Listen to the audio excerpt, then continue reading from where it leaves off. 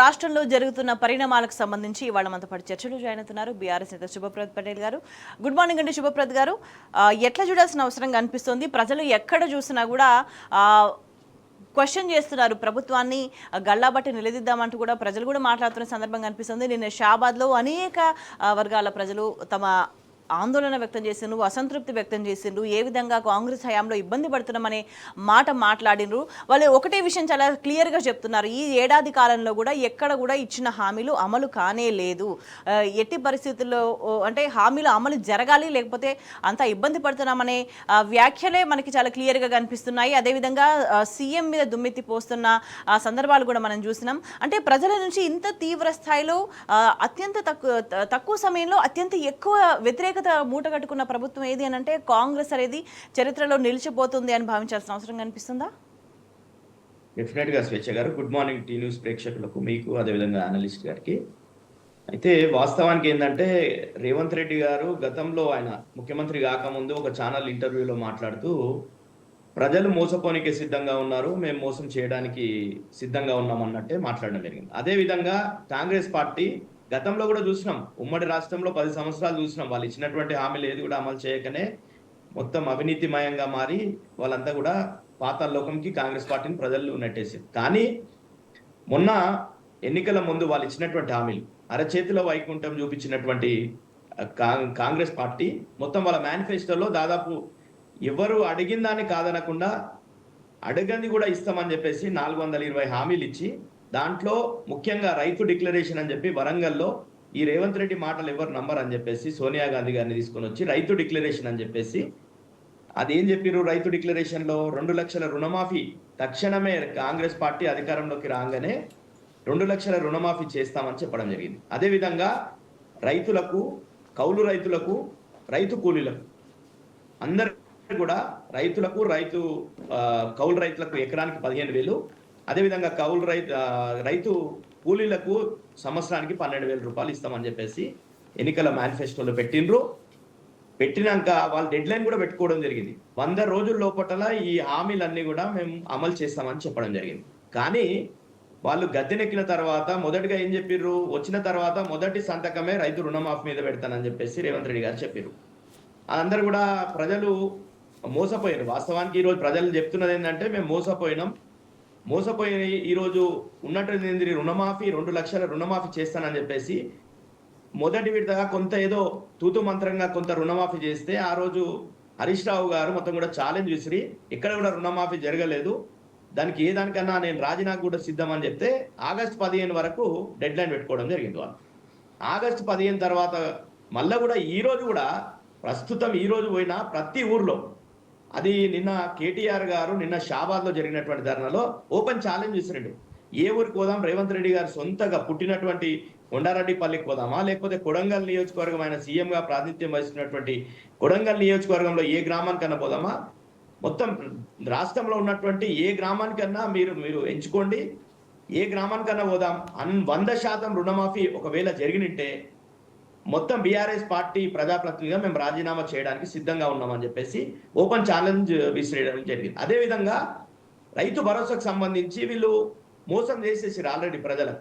గతంలో ఏం చెప్పిండు, ఎన్నికల ముందు కేసీఆర్ గారు ఏదైతే ఇస్తానన్నటువంటి 5,000 ఆపివేసి ఆ 5,000 కాదు మీరు ఎన్నికల తర్వాత తీసుకుంటే 15,000 లెక్క, ఎకరకు 15,000 లెక్క ఇస్తా అని చెప్పేసి ఆ రోజు 2,500 ఎగ్గొట్టేసిండు 2023 రబీ పంటకు సంబంధించి. అదేవిధంగా ఈ 2024 వానాకాలం సంబంధించి ఆ ఊసే లేదు. దసరాకి వేస్తామన్నారు, తర్వాత దీపావళికి వేస్తామన్నారు, ఇప్పుడు ఈరోజు సంక్రాంతి అన్నారు, సంక్రాంతి పోయింది, మళ్ళీ ఇప్పుడు 26 జనవరికి ఏమంటుండో 6,000 లెక్కేస్తారట. ఎందుకు 6,000 లెక్కేస్తారు, 12,000 అని దాన్ని తగ్గించుకోవడం జరిగింది. ఈరోజు 15,000 అని చెప్పేసి వాళ్ళు మేనిఫెస్టోలో పెట్టిండ్రు, దాన్ని ప్రజలు నమ్మి ఓట్లేసారు. మీరు ఏ విధంగా 12,000 ఇస్తారు? అదే 12,000 ఇస్తే మళ్ళీ వానాకాలం పంటకు ఏది, అదేవిధంగా గతంలో మీరు ఇచ్చినటువంటి కేసీఆర్ గారు ఇచ్చే పైసలే మీరు వేసిరు తప్ప ఇప్పటి వరకు వాళ్ళ మేనిఫెస్టో ప్రకారంగా ప్రతి రైతుకి ఎకరాకి 17,500 రూపాయలు ఈరోజు రేవంత్ రెడ్డి ప్రభుత్వం బాకీ పడ్డది. కాబట్టి ఈరోజు రైతుల పక్షాన బీఆర్ఎస్ పార్టీ గతంలో 10 సంవత్సరాలు కేసీఆర్ పాలనలో రైతులను రాజులు చేయాలని సమైక్య రాష్ట్రంలో మొత్తం కూడా రైతులు నష్టపోయారు, నీళ్లు లేక, కరెంటు లేక, ఎరువులు అందక, పెట్టుబడి సాయం లేక అప్పుల పాలైనటువంటి రైతులని కేసీఆర్ గారు 10 సంవత్సరాల్లో రాజులు చేసే ప్రయత్నం చేసిండు. దాంట్లో భాగంగానే రైట్. మొత్తం కూడా వరి ధాన్యం పంజాబ్‌ని తలదన్ని తెలంగాణ రాష్ట్రం అధికంగా వరి ధాన్యాన్ని పండించినటువంటి చూసినాం మనం. రైట్. కానీ ఈ రోజు పరిస్థితి ఏంది? మళ్ళా రైతులకు కరెంటు కష్టాలు వచ్చినాయి. మళ్ళా ఎరువుల కోసం లైన్లు తీరేటటువంటి పరిస్థితి వచ్చింది. మళ్ళా ఈరోజు పెట్టుబడి సాయం ఇప్పటివరకు కూడా 3 పంటలకు కూడా ఎగ్గొట్టేసి అంటే రైతులకి తెలంగాణలో కష్టాలు తప్ప ఏమీ మిగలని పరిస్థితి కాంగ్రెస్ తీసుకొచ్చింది అనేది రైతులే చాలా క్లియర్ గా మాట్లాడుతున్నారు. మనతో పాటు చర్చలో జాయిన్ అవుతున్నారు అనలిస్ట్ నర్రా విజయ్ గారు. గుడ్ మార్నింగ్ అండి. విజయ్ గారు, అంటే ఒకవైపు ప్రతిపక్షం నుంచి నిజంగా మీరు ఇచ్చిన మాట ప్రకారం ఏ ఒక్క హామీ అయినా పూర్తి స్థాయిలో అమలు చేసిందా అని క్వశ్చన్ వస్తే దానికి సమాధానం ఉండదు. సవాల్ చేసినా కూడా రుణమాఫీ ఎక్కడ చేసినా మేమంతా కూడా మా ఎమ్మెల్యేలు అంతా కూడా రాజీనామా చేస్తారని చెప్పేసి సవాల్ చేసినా వాటికి సమాధానం ఉండదు. అవాకులు చవాకులు పేలడం తప్ప ప్రభుత్వం ఏం చేస్తుంది అని అంటే ప్రజలే సమాధానం చెప్తున్నారు. ఎట్లా చూడాలి? అంటే ఈ పరిపాలన ఒక అవగాహన లేకుండా, ఒక గుడ్డెద్దు చేరబడ్డట్టు, ఒక రాష్ట్ర ఆర్థిక పరిస్థితి ఏంటి అనేది, ప్లస్ ఇలా చిత్తశుద్ధి ప్రధానంగా ఏంటంటే ఇప్పుడున్నటువంటి ప్రభుత్వానికి తెలంగాణ అనే ఒక సోయి, తెలంగాణను అభివృద్ధి పదంలో ఎలా తీసుకెళ్ళాలి, ప్రజల సంక్షేమాన్ని ఏ రకంగా నెక్స్ట్ లెవెల్కి తీసుకెళ్ళాలి అనే ఒక చిత్తశుద్ధి కానీ కమిట్మెంట్ కానీ ప్రస్తుత ప్రభుత్వానికి కొరవడింది. ప్లస్ ఎందుకంటే వాళ్ళ చరిత్ర అట్లుంది. కాంగ్రెస్ పార్టీ చరిత్రే మొత్తం భారతదేశాన్ని కావచ్చు, తెలంగాణని కావచ్చు పరిపాలించిందే ఎక్కువ కాంగ్రెస్ పార్టీ. కాంగ్రెస్ పార్టీ భారతదేశాన్ని తెలంగాణని ఏ రకంగా అభివృద్ధి చేయాలనేది వాళ్ళ ఎజెండాలో కానీ ఏది కానీ ఒక కన్క్లూజన్గా కమిట్మెంట్గా కనిపించదు. అందులో భాగంగానే దానికి తోడు ఇక్కడ ఏమైంది, ఒక వ్యక్తిని వివిధ రకాలుగా ఆరోపణలు ఎదుర్కొని రెడ్ హ్యాండెడ్గా ఉన్నటువంటి ఏమాత్రం ప్రజల పట్ల కానీ సొసైటీ పట్ల కానీ ఒక సానుకూల దృక్పథంతో అభివృద్ధి పదంలో చేయాలనే ఆలోచన లేని వ్యక్తిని తీసుకొచ్చి సీఎంగా చేయడంతో తన వ్యక్తిగత లాభాలు, వ్యక్తిగత ఇగోలతోటే పరిపాలన కొనసాగిస్తూ ప్రజలకు సంబంధించినటువంటి ఇచ్చిన హామీలను పక్కదారి పట్టిస్తూ, ఇచ్చిన హామీలను నెరవేర్చలేక ఇష్యూస్ని డైవర్ట్ చేస్తూ పరిపాలన కొనసాగిస్తున్నారు. ఈ పరిపాలన తెలంగాణకు చాలా చెడు చేస్తుంది.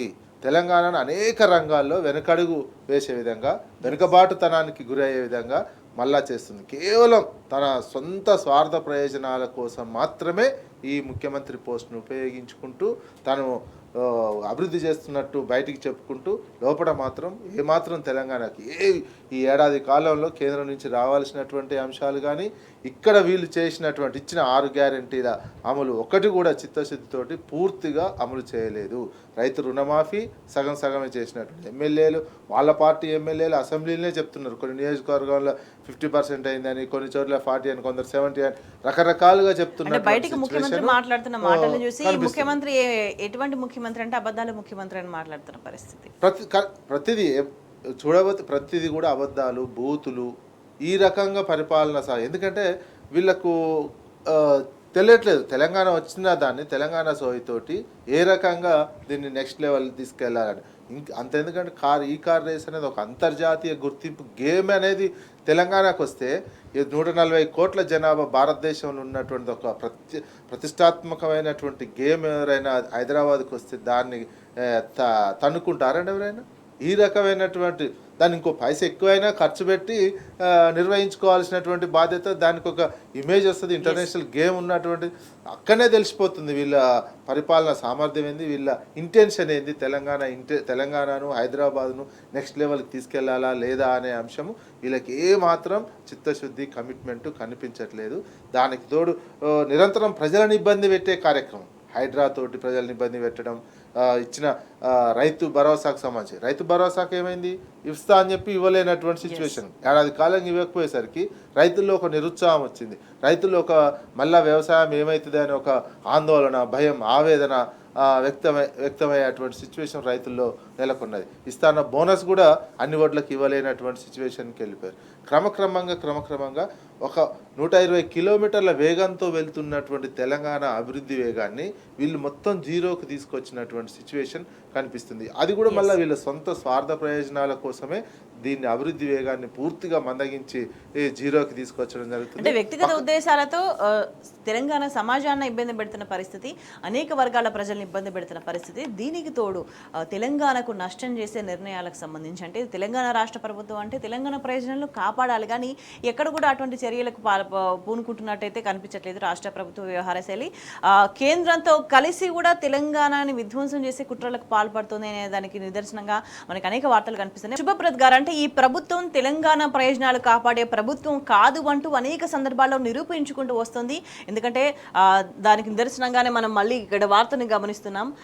నీటి కుట్రలు మళ్ళీ మొదలైన పరిస్థితి చాలా క్లియర్గా కనిపిస్తుంది. తెలంగాణ నుంచి నదీ జలాలను తరలించుకుపోయే కుట్ర అనేది చాలా బాహాటంగా జరిగిపోతుంది. దానికి కేంద్ర ప్రభుత్వం కూడా వత్తాసు పలుకుతా సహకరిస్తున్న సందర్భం కనిపిస్తుంది. ఎట్లా చూడాలి ఈ అంశాన్ని? డెఫినెట్ గా ఈరోజు అక్కడ చంద్రబాబు గారు, ఇక్కడ రేవంత్ రెడ్డి గారు మొత్తం కూడా గురు శిష్యుల బంధాన్ని ఆ కొనసాగింపులో భాగంగా అక్కడ చంద్రబాబు గారికి ఎన్డీఏ ప్రభుత్వంలో భాగస్వామి ఉన్నాడు కాబట్టి కేంద్ర ప్రభుత్వం సహకారంతో గతంలో ఏ విధంగా ఉమ్మడి రాష్ట్రంలో అసలు తెలంగాణ రాష్ట్ర ఉద్యమం వచ్చిందే నీళ్ల కోసం, ముఖ్యంగా నీళ్ల కోసం.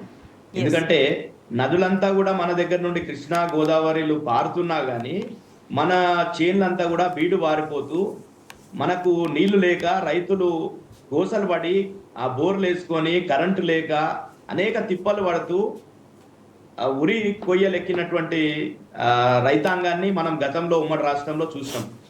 తెలంగాణ రాష్ట్రం వచ్చిన తర్వాత ముఖ్యమంత్రి కేసీఆర్ గారు నీళ్ల సాధన, జల సాధన లక్ష్యంగా మొత్తం కూడా కాళేశ్వరాన్ని, గతంలో వాళ్ళ ప్రాణహిత చెవులు అన్న దాన్ని రీడిజైన్ చేస్తూ ఎక్కడైతే నీటి లభ్యత ఉన్నదో అక్కడి నుండి 3 రిజర్వాయర్ వాళ్ళు కడుతూ మొత్తం కూడా దాని ద్వారా దాదాపు గతంలో ఉన్నటువంటి ఎస్ఆర్ఎస్పి కావచ్చు, మిడ్మానేరు కావచ్చు, నిజాం సాగర్ కావచ్చు, ఈ ప్రాజెక్ట్ మొత్తం కూడా రివైవ్ చేసే బాధ్యత తీసుకొని ముఖ్యమంత్రి గారు రీడిజైన్ చేసేసి ఆ ప్రాజెక్ట్ ని సక్సెస్ఫుల్ గా ఈరోజు ప్రపంచంలోనే పెద్ద లిఫ్ట్ ఇరిగేషన్ ప్రాజెక్ట్ ఎక్కడుందంటే అది తెలంగాణలో కాళేశ్వరం ప్రాజెక్ట్. కానీ దాన్ని ఎన్నికల ముందు ఒక 3 పిల్లర్లు కుంగితే దాని మొత్తం కూడా కాళేశ్వరం మొత్తం కూడా అయిపోయింది పని అని చెప్పేసి చాలా అవాక్కులు చవాకులు మొత్తం దాని మీద మొత్తం బురద జల్లే ప్రయత్నం చేసి, అంటే ఇట్లా అక్రమంగా నీటిని తరలించుకుపోయే కుట్రలకి తెరతీసి నిజంగా అంటే ప్రజలకు ఇచ్చిన హామీలను ఎట్లా అమలు చేయాలనే దానికి సంబంధించి ఒక ప్రణాళిక లేదు, ఒక పద్ధతి లేదు, ముందుకెళ్లే పరిస్థితి లేదు ప్రభుత్వం. కానీ ఇటువంటి కుట్రలకు సంబంధించి ఒక లాంగ్ టర్మ్ ప్లాన్ తోనే, అంటే నిజంగా అట్లానే దుష్ప్రచారాలు చేసుకుంటా వచ్చిందన్న అనుమానాలు కూడా వ్యక్తం అవుతున్నాయి ఇవాళ. డెఫినెట్ గా ఈరోజు కాళేశ్వరం ఏంది, కాళేశ్వరంతో దాదాపు ఇప్పుడున్నటువంటి 12 జిల్లాల్లో శస్యశ్యామలమైనటువంటి పరిస్థితి ఉంటది కాబట్టి ఆ కాళేశ్వరాన్ని ఖతం చేస్తూ గతంలోనే జలదోపిడీ జరిగింది కృష్ణా నదిలో కావచ్చు. ఇప్పుడు ఆ జలదోపిడీ మొత్తం కూడా గోదావరి దాంట్లో కూడా ఈ కాళేశ్వరాన్ని మొత్తం కూడా నిలిపివేసే ఈ ప్రభుత్వం అదే కదా. మొత్తం కూడా ఈ ప్రభుత్వం మొత్తం ఈ కాళేశ్వరాన్ని నిలిపేసి ఇప్పుడు వాళ్ళు గోదావరి నదిని పెన్నా బేసిన్లకు తీసుకుపోయే ప్రయత్నం చంద్రబాబు నాయుడు చేస్తూ గతంలోనే పోలవరం ప్రాజెక్ట్ అని చెప్పేసి ఆ రోజు రాష్ట్ర విభజన జరిగిన సందర్భంలో మేము పోలవరం కట్టుకుంటామని చెప్పేసి దానికి సంబంధించి అసలు తెలంగాణలో ఇలా డిక్లరేషన్ డే అయ్యి తెలంగాణ ఉనికిలోకి రాకముందే చంద్రబాబు నాయుడు మోడీ గారితో కుట్రలు అన్నీ ఇక్కడ మనకు సంబంధించినటువంటి మండలాలను మొత్తం కూడా ఆంధ్రప్రదేశ్లో విలీనం చేయించుకొని ఆ పోలవరం ప్రాజెక్ట్ ని డిజైన్ చేయడం జరిగింది. దాంతోనే మొత్తం కూడా నష్టం జరుగుతుంది అనే ఇబ్బందులు ఉన్నాయని చెప్పేసి గతం నుండి కూడా కొట్లాడుతున్నటువంటి పరిస్థితులలో ఈరోజు ఆ పోలవరానికి సంబంధించి కేంద్ర ప్రభుత్వం మొత్తం నిధులు ఇస్తేనే పోలవరం ఇప్పటి వరకు కూడా 11 సంవత్సరాలు అవుతుంది రాష్ట్ర విభజన జరిగి.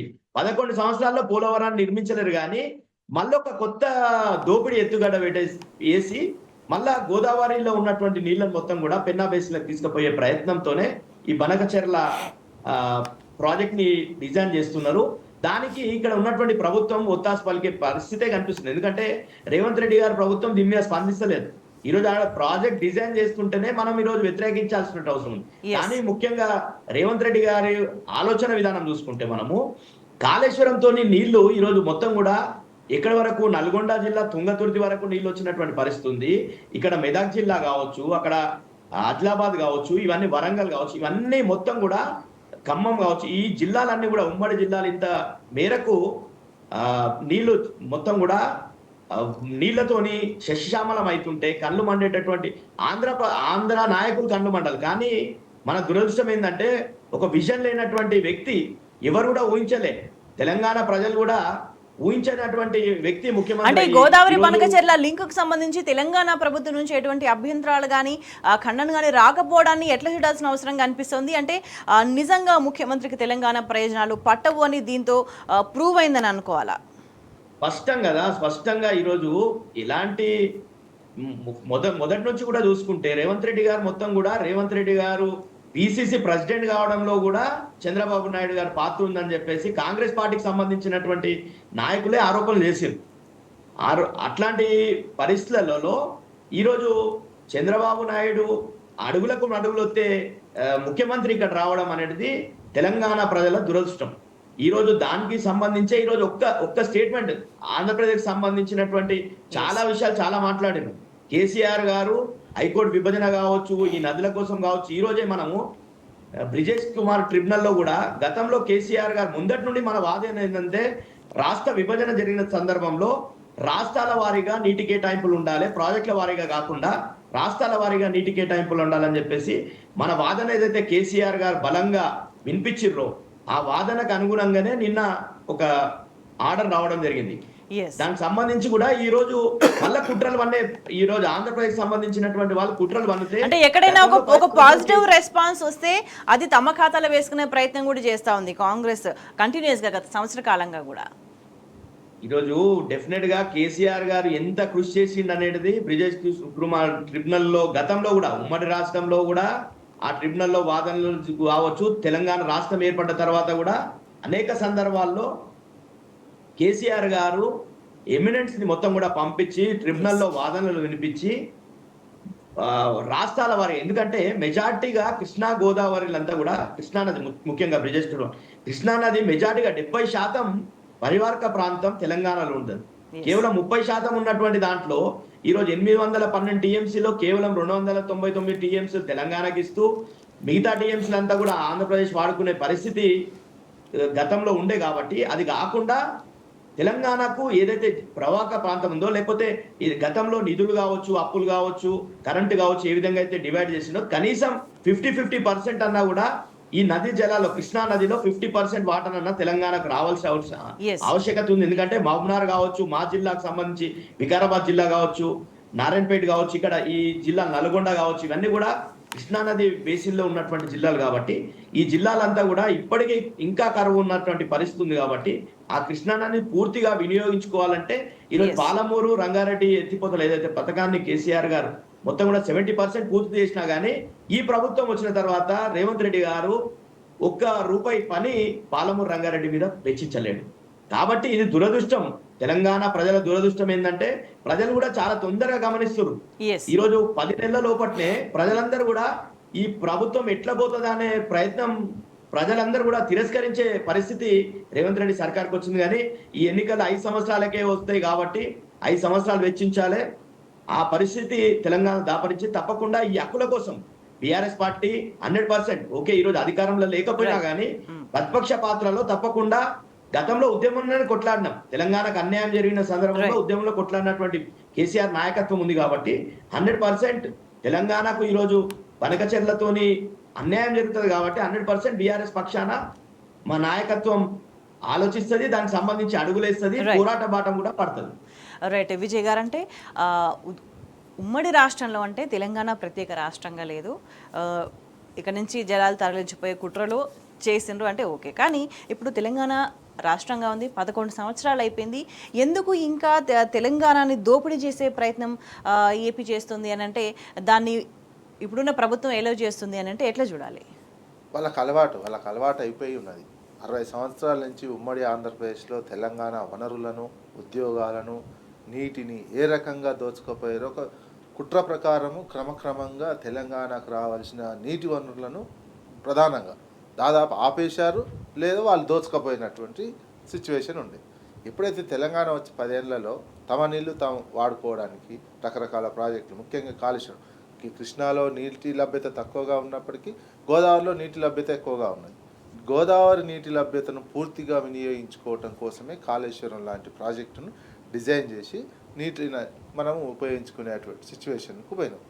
ఈ కాళేశ్వరం దాన్ని ఏం చేయాలి, నెక్స్ట్ లెవెల్కి తీసుకువెళ్ళి మళ్ళీ ఎక్కువ నీళ్ళు ఇంకో టీఎంసీ కూడా వాడుకోవడానికి అప్పుడు ఉన్నటువంటి కేసీఆర్ గారు ప్రభుత్వం ప్లాన్ చేసినటువంటిది. ఎందుకు, భవిష్యత్తులో ఇంకా రైపేరియన్ రైట్ కోసం కూడా ఉపయోగించుకునే విధంగా.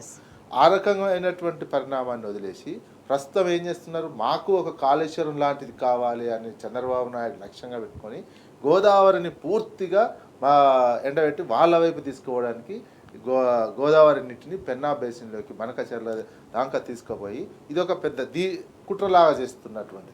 గతంలోనే 60 సంవత్సరాల కాలంలో తెలంగాణలోనే మనకే ఇచ్చంపల్లి ప్రాజెక్టు కావచ్చు, అదేవిధంగా శ్రీరామ్ సాగర్ ప్రాజెక్టు కావచ్చు, కొన్ని వందల టీఎంసీల కోసం ప్లాన్ చేస్తే కూడా ఎప్పుడైతే ఉమ్మడి రాష్ట్రం ఏర్పడిన కానించి క్రమక్రమంగా దెబ్బతీస్తూ మన నీళ్ళని కేవలం కొన్ని టీఎంసీలకే పరిమితం చేసేసి మిగతా నీళ్ళన్నీ వాళ్ళు తీసుకుపోయినటువంటి సిచ్యువేషన్ కనిపించింది.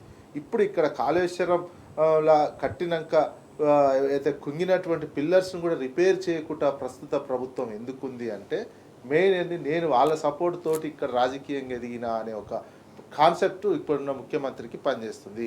చంద్రబాబు నాయుడు సపోర్ట్ తోటే పిసిసి అధ్యక్షుడయ్యాను, చంద్రబాబు నాయుడు సపోర్ట్ తోటే ఇంటర్నల్గా ముఖ్యమంత్రి దాకా అనే దాంతో అంత పెద్ద జీబీ బనకచెర్ల గోదావరి నీటిని పెన్నా బేసిన్ తరలించకపోయే ఒక పెద్ద ప్రాజెక్టుని అనౌన్స్ చేసిన వెంటనే కనీసం ఖండించకపోవడము, కనీసం విమర్శించకపోవడము, అధ్యయనం చేయండి అని చెప్పి ఆఫీసర్లకు ఒక మాట చెప్పాడు. కానీ ముందు యాక్చువల్గా ఫస్ట్ యాజ్ ఏ తెలంగాణ ఆత్మగా పరిపాలన చేసే సీఎం ఇమ్మీడియట్గా రియాక్షన్ ఏం రావాలి, ఎట్లా పెన్నా నదికి తీసుకెళ్తావు అనే ఒక క్వశ్చన్ చేయాల్సినటువంటి అవసరం ఉండే. అలాంటి క్వశ్చన్ చేయకుండా స్మూత్ అక్కడనే తెలిసిపోతుంది. ఒక ముఖ్యమంత్రి పక్క రాష్ట్రం నీళ్లు ఈ రకంగా తీసుకుపోతుంటే కామ్గా స్టడీ చేయండి అనేసరికి ఈజీనెస్ వచ్చేస్తుంది, చాలా ఈజీగా తీసుకుంటారు అవతల రాష్ట్రం ఇంత పెద్ద వ్యవస్థలో. ప్లస్ ఇప్పుడు ఆ రాష్ట్రం ఒక అప్పర్ హ్యాండ్లో ఉన్నది రాజకీయంగా ఏ రకమైనటువంటి వాళ్ళు గెలిపించిన వాళ్ళ ప్రజలే ఆ అప్పర్ హ్యాండ్లో ఉన్నట్టు లెక్క. మనమేమో తక్కువ అయిపోయినాం, తెలంగాణ ప్రజలు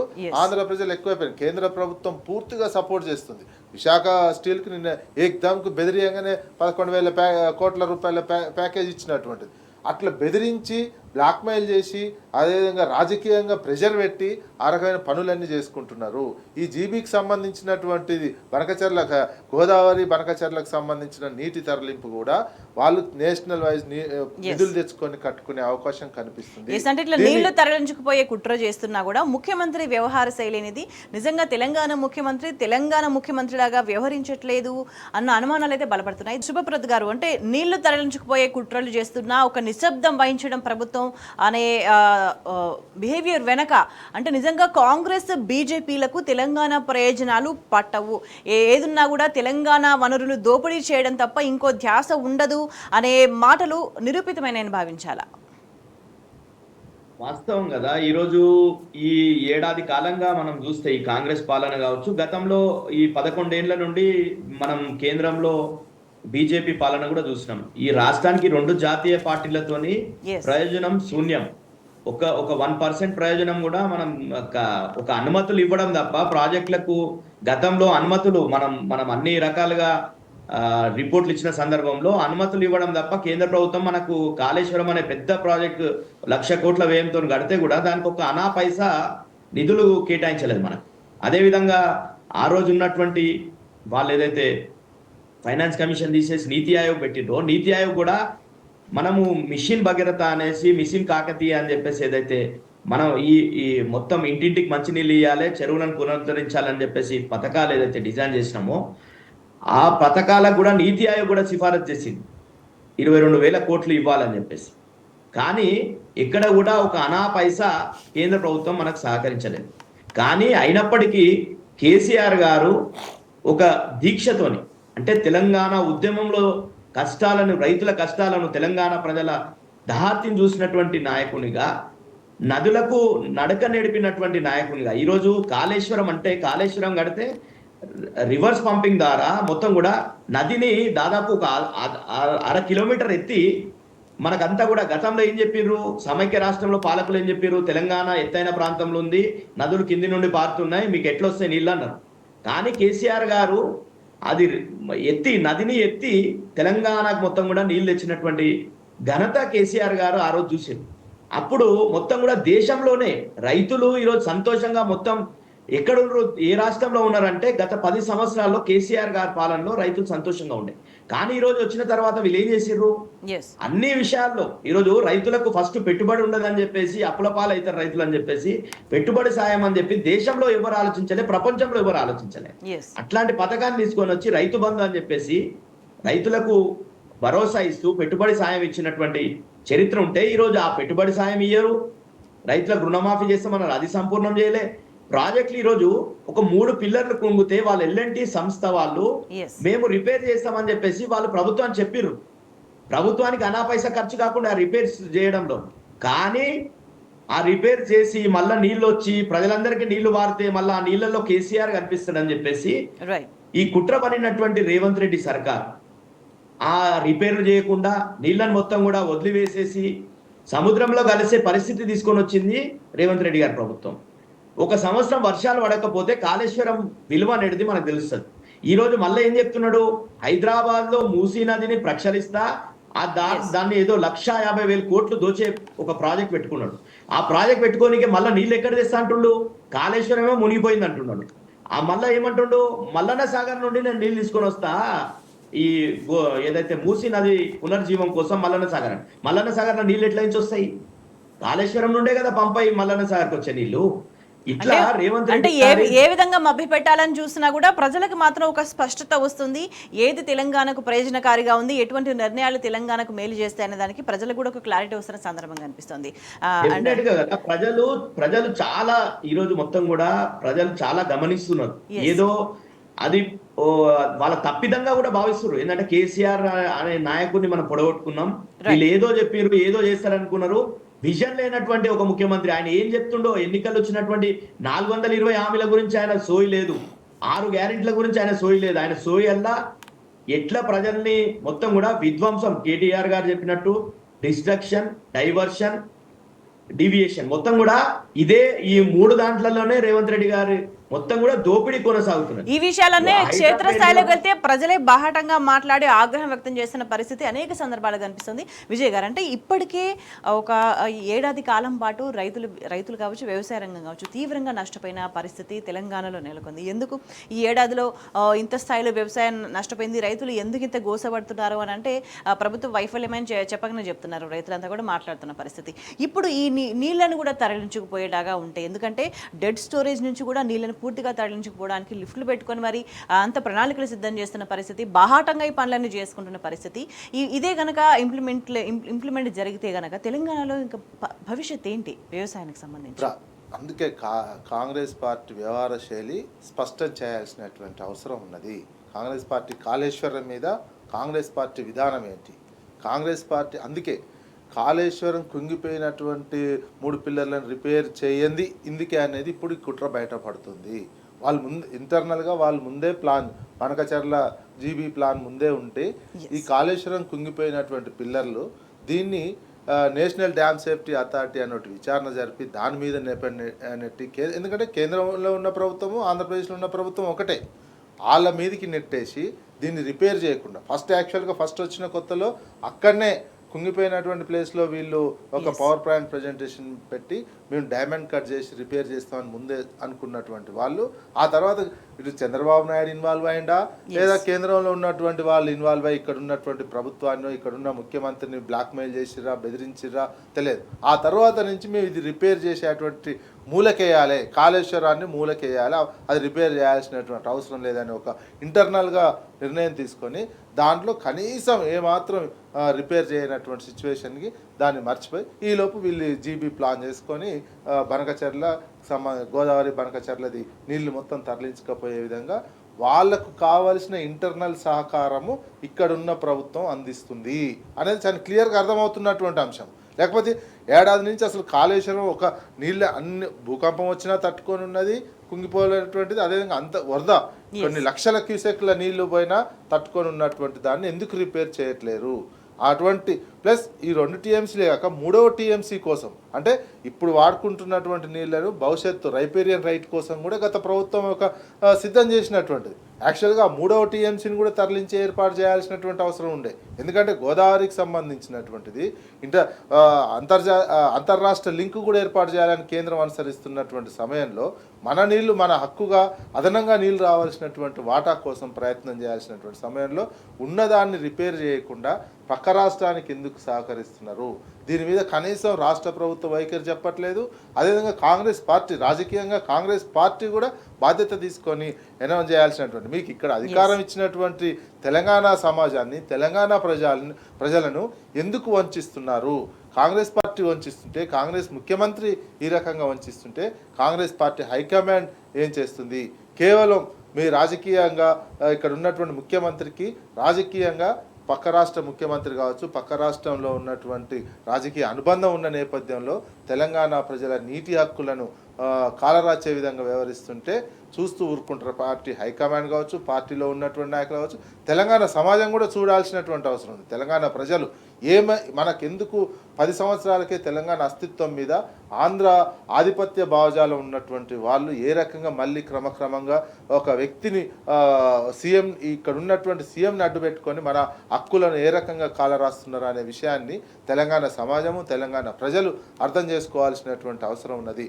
కేవలం మనకు ఎంపీ సీట్లు కావచ్చు అదేవిధంగా రాజకీయంగా తక్కువ తెలంగాణ ప్రాంతానికి తక్కువ కావడంతో ఏమాత్రం మనకు వాల్యూ లేదు ఢిల్లీలో. ఇప్పుడు అదే చంద్రబాబు నాయుడు అంత వాల్యూ ఉండి చంద్రబాబు నాయుడు ప్రతిదీ శాసించి తీసుకోబోతున్నాడు.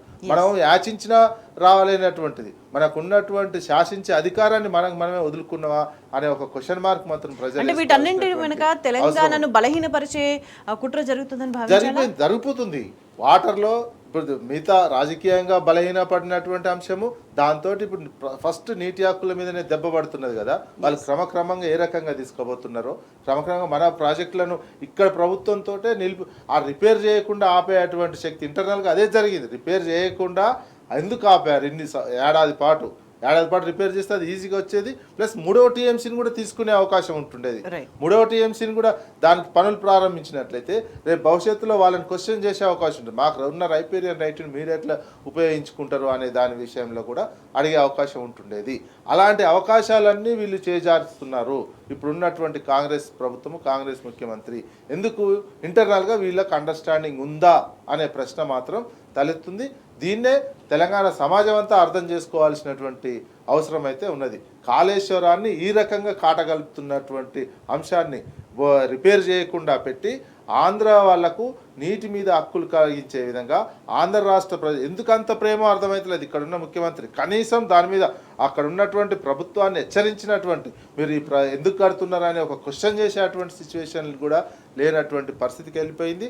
లేకుంటే ఇప్పుడు ఆ రకమైనటువంటి ప్లాన్లు జరుగుతుంటే అక్కడ ఉన్నటువంటి ఇక్కడ ముఖ్యమంత్రి ఇక్కడ తెలంగాణలో లేరు, ఢిల్లీలో లేరు, విదేశీ పర్యటన కనిపోయినటువంటి సిచ్యువేషన్ కనిపిస్తుంది. ఇట్లా రాష్ట్రాన్ని వదిలిపెట్ట 10-15 రోజులు ఒక ముఖ్యమంత్రి ఉండడం అంటేనే మనం అర్థం చేయదు ఇక్కడున్న ఏ రకమైనటువంటి తెలంగాణ మీద చిత్తశుద్ధి ఉంది. మీరు రకరకాల సందర్భంలో టూర్లు పెట్టుకోవచ్చు అంటే ఇంకా కీలకమైన శాఖలన్నీ ఆయన దగ్గరనే పెట్టుకొని కూడా సందర్భంలో ఆయన బాధ్యత రాష్ట్రంలో లేదు పక్క రాష్ట్రం ఈ రకంగా నీటికి సంబంధించినటువంటి ప్లాన్లు చేసుకొని అక్కడ ప్రధానమంత్రి పర్యటన చేసి రోజుకొక అనౌన్స్మెంట్ ఆంధ్రప్రదేశ్కు చేస్తున్నటువంటి సందర్భంలో తెలంగాణ అనాథగా గాలి కొదిలేసి విదేశీ పర్యటనలాగా చేయడం అనేది అయితే తెలంగాణ సమాజం చూడాలి. తెలంగాణ సమాజమే అర్థం చేసుకోవాల్సినటువంటి అవసరం ఉంది. సో ఈ నేపథ్యంలో మరిన్ని సందేహాలు కూడా వ్యక్తమవుతున్నాయి. శుభప్రద్ గారు అంటే ఇచ్చిన 6 గ్యారంటీలకు సంబంధించి అమలు ఎట్లా జరుగుతుందంటే ఎక్కడ అమలు జరగని పరిస్థితి కనిపిస్తుంది. ఇంకోవైపు ఏదైతే ప్రచారాలు చేసుకుంటున్నారో ఊదర కొడుతున్నారో సో ఇది చేస్తున్నాము అది చేస్తున్నాము ఇది చేస్తాము చేయబోతున్నాం అని చెప్పుకుంటున్నారో వాటికి సంబంధించి కూడా ఒక స్పష్టత లేని పరిస్థితి. ఎక్కడ చూసినా కూడా లబ్ధిదారులు అర్హులని తగ్గించే ప్రయత్నమే కుట్ర చేస్తుందని కొన్నిసార్లు అంటే వాళ్ళ అనుకూల మీడియాలోనే రేషన్ కార్డుల జాబితాలపై గందరగోళం అంటూ వార్త వేసుకున్న ఒక పరిస్థితి కనిపిస్తుంది మనకి. కులగణన సర్వే ఆధారంగా జిల్లాలకు పంపిన లిస్టుల్లో తప్పిదాలు అర్హత ఉన్నోళ్లలో సగం మంది పేర్లు లేవంటే అనేక చోట్ల దీనికి సంబంధించి ఈ జాబితాకు సంబంధించి అర్హులను తీసేసిన పరిస్థితి, ఆల్రెడీ ఉన్న వాళ్ళని కూడా తీసేసిన పరిస్థితి. నిజంగా కొన్ని చోట్ల అయితే గతంలో 100 మంది ఉంటే కొత్తగా వచ్చిన లిస్టులో కేవలం 50 మంది పేర్లే ఉన్నాయి. దానికి సంబంధించి కూడా ఎవరైతే స్థానికంగా లేరో ఎవరెవరి పేర్లో కూడా జాబితాలో ఉన్నాయని చెప్పి ప్రజలంతా కూడా ఒక ఆగ్రహం వ్యక్తం చేస్తున్న పరిస్థితి కనిపిస్తుంది. ఎట్లా చూడాల్సిన అవసరం ఉంది? ఈరోజు కాంగ్రెస్ పార్టీ 6 గ్యారెంటీలకు సంబంధించి వీళ్ళు వచ్చిన తర్వాత ప్రజాపాలన వారోత్సవాలు అని చెప్పేసి Yes. మొత్తం కూడా ప్రజలందరిది దాదాపు 1 కోటి మంది హౌస్ హోల్డర్స్ దగ్గర మొత్తం కూడా వాళ్ళకి సంబంధించి రేషన్ కార్డులు కావాలన్నా, పెన్షన్లు కావాలన్నా, లేకపోతే హౌసింగ్ స్కీమ్ కావాలన్నా, ఇట్లా అనేక వాళ్ళు ఏదైతే వాళ్ళ గ్యారెంటీలు ఉన్నాయో ఆ గ్యారెంటీలకు సంబంధించి మొత్తం కూడా తీసుకోవడం జరిగింది. గతంలో తీసుకున్న తర్వాత వీటిని మొత్తం కూడా రోడ్ల మీద పడేసినటువంటి మనం చూసినాం. ఆ దరఖాస్తులను ప్రజలకు సంబంధించిన ఇన్ఫర్మేషన్ మొత్తం కూడా Yes. ఇక్కడెక్కడనో పడిపోయినటువంటి పరిస్థితి మనం చూసినాం. అయితే ఇప్పుడు కొత్తగా మళ్ళా ఈ కులగణన సర్వే ఏదైతే ఉందో ఆ సర్వే చేసిన దాని ప్రకారంగా మీరు రేషన్ కార్డులకు సంబంధించినటువంటి ఒక లీస్ట్ ని ఇప్పుడు ఈ పంపించడం జరిగింది. ఆ దాంట్లో మొత్తం కూడా 100 మంది అప్లై చేస్తే కనీసం 10 మంది కూడా రాకపోవడం అనేది, ఇదంతా కూడా కాంగ్రెస్ పార్టీ అన్ని రకాలుగా మోసం చేస్తుంది అనేది ప్రజలు గమనిస్తారు. ప్రతి విషయంలో వాళ్ళు మోసమే వాళ్ళ ఎజెండాగా నడుస్తుంది. అంటే ఒకవైపు ప్రజలని ఇట్లా ఇబ్బంది పెడుతుంటే మరొక వైపు అంటే వీళ్ళ అనుకూల మీడియాలలోనే భిన్నమైన వార్తలతో ఒక కన్ఫ్యూజన్ క్రియేట్ చేసే పరిస్థితి కూడా కనిపిస్తుంది. ఎందుకంటే ఈనాడులో మనం చూస్తే పేదలకు రేషన్ పండగ అంటూ వాళ్ళు వార్తలు వేసుకున్న పరిస్థితి కనిపిస్తుంది. ఎట్లా చూడాలంటే ఒకవైపు ఇట్లా మాట్లాడతారు, ఇంకోవైపు అట్లా మాట్లాడతారు. అంటే ఎట్లా చూసినా కూడా ఒక కన్ఫ్యూజన్ పాలిటిక్స్ చేస్తున్నారు, ప్రజల్ని కన్ఫ్యూజ్ చేసే ప్రయత్నం చేస్తున్నారని భావించాలా? డెఫినెట్ గా ఈ రోజు కొన్ని పత్రికలు నిన్న కూడా మనం హెడ్లైన్స్ గా వచ్చినాయి. ఏమొచ్చినాయి? ఇక్కడ మొత్తం కూడా తెలంగాణలో మొత్తం కూడా ఉద్ధరించేసిన మొత్తం గ్యారెంటీలు అన్ని అమలు అవుతున్నాయి. అక్కడ ఢిల్లీలో పోయి అనౌన్స్ చేస్తే ఇక్కడ తెలంగాణ పేపర్లలో వచ్చింది. కనీసం పేపర్ వాళ్ళు, నేను నిన్న చాలా మందితో మీడియా వాళ్ళతో కూడా మాట్లాడడం జరిగింది. ఎక్కడన్నా కానీ 2,500 రూపాయలు మహిళలకు ఇస్తా అని చెప్పినటువంటి మహాలక్ష్మి పథకంలో ఎక్కడన్నా అమలవుతుందా? అదే విధంగా ఉచిత కరెంటు కావచ్చు, 500 గ్యాస్ సిలిండర్. నిన్న షాబాద్ ధర్నాకు వచ్చినటువంటి వాళ్ళు మన నాయక్ కేటీఆర్ గారికి స్పష్టంగా చెప్పిర్రు, ఎక్కడ కూడా మాకు 900కే గ్యాస్ సిలిండర్ వస్తుంది, మాకు ఎక్కడ కూడా 500లకు వస్తలేదు అని చెప్పడం జరిగింది. అది ఎవరికి ఇస్తున్నారో కాంగ్రెస్ పార్టీ శ్వేతపత్రం లేదు ఇప్పటివరకు. ఎంతమందికి మేము గ్యాస్ సిలిండర్ ఉచితంగా ఇస్తున్నాం, 500కి ఇస్తున్నాం, అదేవిధంగా ఈ ఉచిత కరెంట్ ఎంతమందికి ఇస్తున్నాం అనేది కూడా స్పష్టత లేదు. ఈ రోజు ఇచ్చిన ఒకటే ఒక గ్యారంటీ, ఆ గ్యారంటీలో సగం గ్యారంటీ అమలవుతున్నది ఏంటంటే ఉచిత బస్ ప్రయాణం. ఆ ఉచిత బస్ ప్రయాణంలో ఏం చేసిర్రు? ఆర్డినరీ బస్సులను ఎక్స్ప్రెస్ బస్సులు చేసిర్రు, ఎక్స్ప్రెస్ బస్సులను డిలక్స్ బస్సులు చేసిర్రు.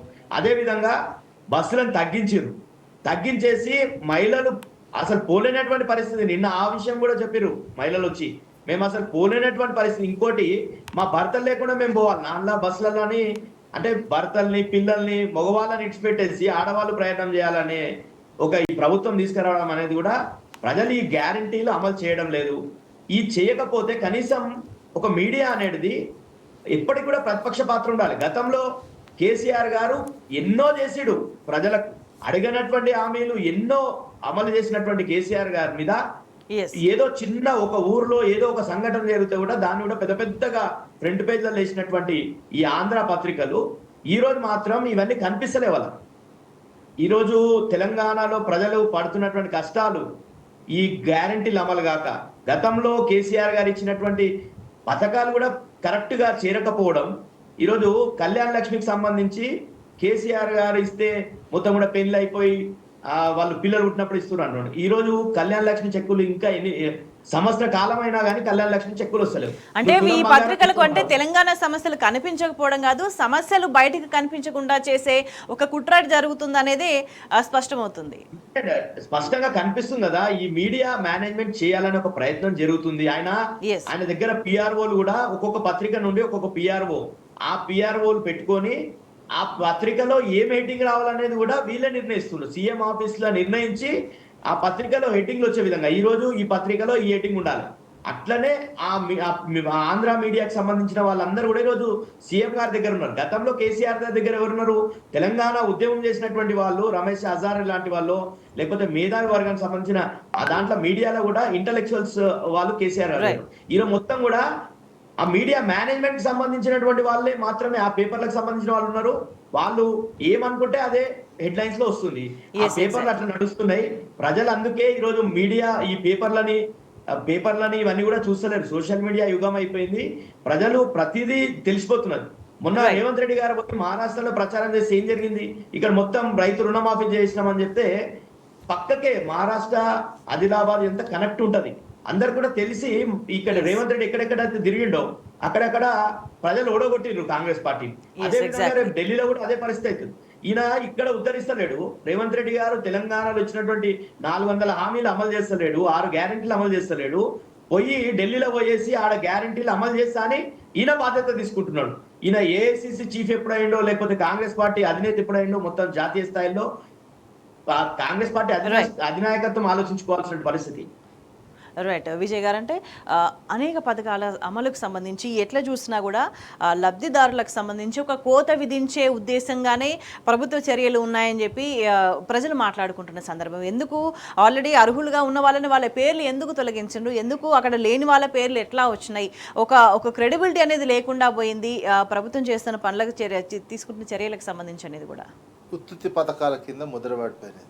ఈ ఉత్తుత్తి పథకాలు ఇంప్లిమెంటేషన్ చేస్తామని హామీలు ఇచ్చినటువంటిది తీరా గ్రౌండ్ లెవెల్ పోతే ఇలా పరిపాలన చేతగాక ఉన్నటువంటి ఎట్లా చేయాలనో సరైన గైడ్లైన్స్ ఇవ్వలేక చతికిలో పడి మొత్తం కట్ చేసుకుంటూ పోవాలనేది. రైతు భరోసా అదే జరుగుతుంది, రేషన్ కార్డులది అదే జరిగింది, అదేవిధంగా ఇండ్ల నిర్మాణానికి సంబంధించినటువంటి ఈ అంశాల్లో 1కి 2 సార్లు దరఖాస్తులు తీసుకురు. ఇప్పటికే వచ్చిన కొత్తల్ని అన్నిటికీ దరఖాస్తులు ఏంటంటే మొత్తం టెంట్లు వేసుకొని గ్రామ సభల దగ్గర ప్రతి పౌరుడు దరఖాస్తు అన్ననే ఉన్నాయి, నీకు ఇండ్లు కావాలన్నా రేషన్ కార్డు కావాలన్నా ఏది కావాలా అని ఇచ్చిన తర్వాత అది మూలకు పడేసినటువంటి సిచ్యువేషన్. ఆ తర్వాత మన కులగణనకు సంబంధించినటువంటి చేసిన దాంట్లో మళ్ళా తీసుకున్నటువంటిది.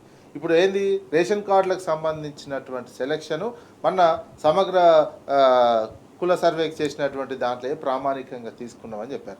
ఎగ్జాంపుల్ కొన్ని ఊర్లకు సంబంధించినటువంటి తెలుస్తుంది, ఒక ఊరు నుంచి రేషన్ కార్డు లేదని దాదాపు 200 మంది అప్లికేషన్ పెట్టుకున్నారు. వాళ్ళ ఊరికి సంబంధించినటువంటి 200 మంది అప్లికేషన్ పెట్టుకుంటే తిరిగి ఇప్పుడు గ్రామ సభకు వచ్చినాయన్ని 35 మాత్రమే అప్రూవ్డ్ అయ్యి వచ్చినాయి. అరే ఈ 35 ఎట్లా అప్రూవ్డ్ అయినాయి, మిగతా 170 ఎట్లా రిజెక్ట్ అయినాయి అని చెప్తే దానికి ఎవరు పైనుంచి అయినాయి అని చెప్పుకుంటూ వస్తున్నటువంటి కలెక్టర్ ఆఫీస్లోనో లేకపోతే ఎక్కడనో మళ్ళీ ఇతను కొంచెం తెలిసినటువంటి వ్యక్తి పోయి మళ్ళీ సర్వే చేసి ఏంటి అని ఎంఈఓ దగ్గరికి పోతే, మండల డెవలప్మెంట్ ఎండిఓ దగ్గరికి పోతే మొత్తం కలెక్టర్ ఆఫీస్ నుంచే వచ్చింది. మేము ఈ 35 ఈ గ్రామంలో ఒక గ్రామానికి వచ్చిన 35 రేషన్ కార్డులో మేము కొత్తగా యాడ్ చేసే ఏమి ఉండదు. కాకపోతే రేపు గ్రామ సభలు రేపు 21 నుంచి జరిగే గ్రామ సభల్లో ఈ 35 రేషన్ కార్డుల అర్హుల్లో కొంతమంది తీసేసేది ఉంటుంది తప్ప కొత్తగా యాడ్ చేసే అటువంటి సిచ్యువేషన్ లేదు. అంటే దాదాపు ఊరికి ఒక 200-300 అప్లికేషన్లు పెట్టుకున్న మన సమగ్ర కుల సర్వేలో పెట్టుకుంటే రేషన్ కార్డుల కోసం వీరు దాదాపు యావరేజ్గా 35 నుంచి 50 మందికి మాత్రమే యాక్సెప్టెన్స్ అంటే సర్వేలకు సంబంధించి కానీ ఏం చేసినా కూడా ఏ ప్రాతిపదికన చేస్తున్నారు, ఎట్లా ఫిల్టర్ చేస్తున్నారు అనే దానికి సంబంధించి ఒక సమాధానం లేదు. ఎలా ఫిల్టర్? ఇప్పుడు గ్రామ సభ అనేది ఉత్తుత నామకే వాస్తి కోసమే.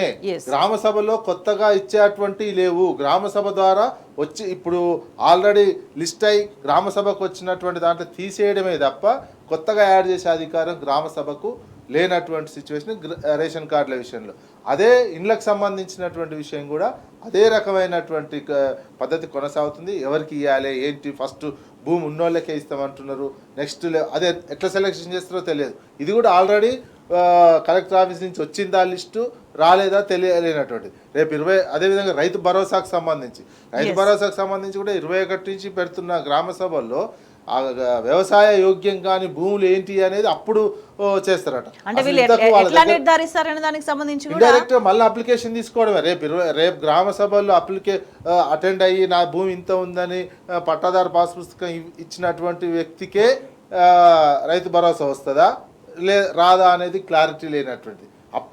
అప్పటికప్పుడే గుర్తించి కట్ చేస్తా. అక్కడ కూడా ఏంది వ్యవసాయ యోగ్యమైనటువంటి భూమి ఆల్రెడీ గుర్తించిరా, మండల అగ్రికల్చర్ ఆఫీసర్ కావచ్చు, విలేజ్లో ఉన్నటువంటి ఎక్స్టెన్షన్ ఆఫీసర్ కావచ్చు, గుర్తించి పంపారా అనేది క్లారిటీ లేదు. ఆ లిస్టు రేపు 21 నుంచి జరిగే గ్రామ సభల్లో వస్తే అది కూడా అంతే. రైతు భరోసా ఇంకా కొత్తగా యాడ్ చేసేది ఉండదు. ఎవరిదాన్ని రాకపోతే తీసేసే అవకాశమే ఉంటుందా? వీటి మీద క్లారిటీ లేనటువంటి అంశం కనిపిస్తుంది. ప్రభుత్వం ఈ పథకాలను కూడా ఇంప్లిమెంటేషన్ చేయడంలో ఘోరంగా విఫలమైన. అంటే ప్రజలు ప్రశ్నిస్తున్నారంటే అనేక చోట్ల రాష్ట్ర వ్యాప్తంగా కూడా 6 గ్యారంటీలు ఎక్కడ గిరిజన మహిళలు కూడా ప్రశ్నిస్తున్న సందర్భం. మనం ఇంకొక వైపు ఇక్కడ చూస్తే అంగన్వాడీలో అసంతృప్త జ్వాలలు అంటూ కూడా మనం వార్త గమనిస్తున్నాం. అంటే ఏ వర్గం చూసినా కూడా ఎక్కడ చూసినా కూడా ఒక అసంతృప్తి అనేది కనిపిస్తుంది. ప్రభుత్వం ఏం పని చేయలేదు అనే విషయాన్ని ప్రజలే బాహాటంగా రోడ్ల మీదకి వచ్చి మాట్లాడుతున్న సందర్భం. ఏడాది కాలంలో అదే అయిపోయింది. ఏ వర్గం కూడా ఏడాది కాలంలో వీళ్ళు ఏంటంటే అధికారం కొండకెంటగా కట్టినటువంటి సిచ్యువేషన్ కనిపించింది. అధికారం కోసము అప్పుడున్నటువంటి కాంగ్రెస్ పార్టీ రకరకాలుగా హామీలు ఇచ్చేసి చివరికి ఏడాది కాలంలో ఏది ఇంప్లిమెంటేషన్ చేయలేకపోయేసరికి అంగన్వాడీ టీచర్ల కానించి ప్రభుత్వ ఉద్యోగుల వరకు ప్రతి వర్గం, రైతాంగం కానించి కూలీల వరకు ప్రతి ఒక్కరు, ప్రైవేట్గా ఉన్నటువంటి వ్యక్తులు కూడా, వాటర్ సప్లై లేక, కరెంట్ సప్లై సరిగా లేక ప్రతి వర్గం ఒక అసంతృప్తికి గురై అరే ఏం తప్పు చేశామా ఏంది మేము అనే ఒక ఆలోచన పడేసే విధంగా ప్రజల్లోకి వచ్చినటువంటిది. ఆ రకమైనటువంటి ప్రజాలో ఒక్క కార్యక్రమం కూడా ఇంప్లిమెంటేషన్ చేయకుండా ప్రజాభిప్రాయము ఒక వ్యతిరేకంగా ప్రభుత్వం ఏమీ చేయట్లేదు, తెలంగాణను పూర్తిగా కుదేలయ్యే విధంగా చేసిందనే విధంగా ఆలోచన పడేసే విధంగా ఇప్పుడున్నటువంటి కాంగ్రెస్ పార్టీ ప్రభుత్వ పాలన కొనసాగుతుంది. ఎస్ శుభప్రద్ గారు, అంటే ఒక బక్క జాడ్సన్ బహిష్కృత నేత, కాంగ్రెస్ బహిష్కృత నేత బక్క జాడ్సన్ కొన్ని కీలకమైన వ్యాఖ్యలు చేసిండు. కొడంగల్ లిఫ్ట్ రేవంత్కు ఆదాయ వనరు అంటూగానే ఆయన మాట్లాడేది మనం ఇక్కడ గమనించవచ్చు. అంటే ఎన్నికలకు ముందే అవినీతి ఒప్పందాలు, ఆ అన్ని ఒప్పందాలు ఆ నలుగురిదే కీలక పాత్ర అంటూ ఆయన మెన్షన్ చేసిండు. భారీ స్కామ్లో సీఎం రేవంత్, నరేందర్ రెడ్డి సహా మేఘా రాఘవ కన్స్ట్రక్షన్స్ అనే అండ్ 45 మంది ఫోన్లో ట్యాప్ చేస్తుంది సర్కార్ అని చెప్పేసి ఆయన వ్యాఖ్యానించిన. అంటే నిజంగా వీటి వెనక వీటిని ఎట్లా చూడాల్సిన అవసరం కనిపిస్తుంది ఈ వ్యాఖ్యలని? డెఫినెట్గా ఈరోజు ఇప్పుడైతే మెగా కన్స్ట్రక్షన్ మీద గతంలో రేవంత్ రెడ్డి గారు ఏం చెప్పిండు, అదొక ఈస్ట్ ఇండియా కంపెనీ అని చెప్పిండు. మొత్తం కూడా దోచుకోనికి ఉన్నది తెలంగాణని, గతంలో మొత్తం పాలకులంతా వాళ్ళకే కాంట్రాక్ట్లు ఇచ్చారని చెప్పిండు. కానీ రేవంత్ రెడ్డి గారు ఏం చేసిండ్రు, ఆయనతోని గత 115 కోట్ల ఎలక్షన్ బాండ్లు తీసుకున్నారు మెగా ఇంజనీరింగ్ కంపెనీ ద్వారా కాంగ్రెస్ పార్టీకి. ఆ బాండ్లు తీసుకున్న తర్వాత ఈరోజు రేవంత్ రెడ్డి గారు అధికారంలోకి వచ్చిన సందర్భంలో నారాయణపేట్ కొడంగల్ లిఫ్ట్కి సంబంధించి దాదాపు 4,000 చిల్లర కోట్ల ప్రాజెక్ట్ని అప్పచెప్పడం, దాంట్లో చెరిసగంగా రాఘవ కన్స్ట్రక్షన్స్ అంటే పొంగులేటి శ్రీనివాసరెడ్డి గారి సంస్థ అయినటువంటిది రాఘవ కన్స్ట్రక్షన్స్, అదేవిధంగా మెగా రెండు కలిపి 50-50% మేము చేస్తామని చెప్పేసి ఆ నారాయణపేట్ లిఫ్ట్ ఇరిగేషన్ టెండర్స్ కట్టబెట్టడం జరిగింది. అదేవిధంగా ఈరోజు మల్లన్న సాగర్ నుండి మూసికి తీసుకొని వచ్చేటటువంటి నీళ్లకు సంబంధించినటువంటి ఆ ప్రాజెక్ట్ ని కూడా మెగా వారికి కట్టబెట్టే ప్రయత్నం. అంటే శుభప్రద్ గారు, అంటే అల్టిమేట్ గా వ్యక్తిగతంగా లబ్ధి చేకూర్చే అంశాల మీదనే దృష్టి పెట్టి పరిపాలనను గాలి కొదిలేసి నిజంగా ఇట్లా తెలంగాణ నీళ్ళన్నీ తరలించుకుపోతుంటే వాటికి సంబంధించి ఎటువంటి చర్యలు తీసుకోకుండా, వాటికి సంబంధించి ఎక్కడ అడ్డుకట్ట వేయకుండా ఎటువంటి నిర్ణయాలని ప్రజలు ఎట్లా చూస్తారు? అల్టిమేట్ గా ఇప్పటికే చాలా నష్టపోయి ఉన్నారు, తీవ్రమైన అసంతృప్తితో ఉన్నారు ప్రజలంతా. ప్రజలకు ఏం చేస్తలేదు ఈ ప్రభుత్వం. ప్రజలకు వాళ్ళు ఇచ్చినటువంటి హామీలు, గ్యారంటీలు అమలు చేస్తారనే నమ్మకం కూడా ప్రజలకు పోయింది. 90% పోయింది. ఇంకెవరో కొంతమంది కాంగ్రెస్ సానుభూతి పరులకు ఉండొచ్చు తప్ప ప్రజలు కూడా అందరికి అర్థమైపోయింది. మొత్తం కూడా మేము మోసపోయినాం, ఈయన మోసం చేసి మాకు రేవంత్ రెడ్డి అనేది అందరికి అర్థమైపోయింది. కాంగ్రెస్ పార్టీ మీద తీవ్రమైనటువంటి కోపంతో ఉన్నారు. అందుకే కదా ప్రజలందరూ కూడా తిరుగుబాటు చేస్తున్నారు. కాబట్టి అన్ని వర్గాలకు సంబంధించిన, ఒక వర్గం అని కాదు, అన్ని వర్గాలకు సంబంధించిన ప్రజలు ప్రభుత్వానికి వ్యతిరేకంగా ఉన్నారు. అదంతా కూడా స్పష్టంగా అవుతుంది. నిన్న షాబాద్ లో ధర్నా పెడితే ఎంతమంది వచ్చారు? మేము అనుకున్నది ఒకటి, మొత్తం కూడా తరలి వచ్చారు. ప్రతి గ్రామం నుండి రైతులందరూ కూడా తరలి వచ్చేటటువంటి పరిస్థితి, అక్కడ జాగా సరిపోలేనటువంటి పరిస్థితి ఉంది. కాబట్టి ఈ రోజు కుట్రలన్నీ కూడా ఏం చేస్తుండ్రు రేవంత్ రెడ్డి, మొత్తం కూడా ఉన్న కాడికి దోచుకొని పోయే ప్రయత్నం చేస్తుండ్రు. దీనికి సంబంధించి విజయ్ గారు, ప్రజలకు ఒక స్పష్టత వచ్చింది. ఈ వైఖరి ఇట్లానే కొనసాగితే తెలంగాణ ప్రజలు ఏం చేస్తారు? తెలంగాణ ప్రజలు ఇక ఎలక్షన్లు వచ్చినప్పుడే చెప్తారు, మనసులో పెట్టుకుంటారు. బయటకు వచ్చి ఎమ్మటే వేరే రకంగా యుద్ధాలు చేసినటువంటి సిచ్యువేషన్ కాకుండా వీళ్ళు ఎలక్షన్లో ప్రజాస్వామ్యయుతంగా ఇప్పుడు ఉన్నటువంటి ప్రభుత్వాన్ని ఏ రకంగా దెబ్బకొట్టాలో ఆ రకమైనటువంటి తీర్పే ఇస్తారు. ఎందుకంటే ఒక్కటి ఇంప్లిమెంటేషన్ చేయలేక నిరంతరం ఇంకొక మన హక్కులను కూడా ఇతర రాష్ట్రానికి దారాదత్తం చేసే విధంగా కేవలం ఒక కక్ష సాధింపు రాజకీయాలే తెలంగాణకు ముఖ్యమైనటువంటి విధంగా లేనటువంటి సంప్రదాయం. కక్ష సాధింపు రాజకీయాలు ఇతర రాష్ట్రాల్లో ఏ రకంగా ఉన్నాయో కానీ Yes. మన దగ్గర లేనటువంటి కొత్త సాంప్రదాయాలను ప్రస్తుతం ఉన్నటువంటి కాంగ్రెస్ పార్టీ ముఖ్యమంత్రి క్రియేట్ చేస్తున్నటువంటి సందర్భంలో తెలంగాణను ఆ రకమైనటువంటి డైవర్ట్ చేయకుండా తెలంగాణ ఒక అభివృద్ధి నమూనాగా దేశంలో నిలబడే విధంగా, తెలంగాణ అస్తిత్వం నిలబడే విధంగా, తెలంగాణ హక్కులు కాపాడే విధంగా చేస్తే కాంగ్రెస్ పార్టీకి బాగుండేది. కానీ ఈ ఏడాది కాలంలోనే వాళ్ళు ఆ రకమైనటువంటి పరిపాలన కొనసాగించట్లేదు. వాళ్ళ పరిపాలన అంతా వేరే వైపు కొనసాగుతున్నది. ప్రజల్లో అర్థమైపోయింది, ప్రజల్లో వ్యతిరేకత పెరుగుతుంది, ప్రజలు అదే తప్పు చేశామనే భావనలోకి వెళ్ళిపోయినటువంటి సిచ్యువేషన్ రాష్ట్ర రాజకీయాల్లో కనిపిస్తుంది. రైట్, అల్టిమేట్ గా రాష్ట్ర ప్రభుత్వం, రేవంత్ రెడ్డి ప్రభుత్వం సమస్యల నుంచి పక్కదారి పట్టకుండా, సమస్యలను ఇగ్నోర్ చేయకుండా, అబద్ధాలు ప్రచారాలు చేయకుండా, నిజంగా తెలంగాణకు నష్టం జరిగే ఇటువంటి నిర్ణయాలకు నీళ్లు తరలించుకుపోయే కుట్రలకు ముందరబడి అడ్డుకట్ట వేయాల్సిన అవసరం ఎంతైనా కనిపిస్తుంది. చర్చలో పాల్గొన్న శుభప్రద్ గారికి, విజయ్ గారికి ధన్యవాదాలు. That's all for now. Stay tuned.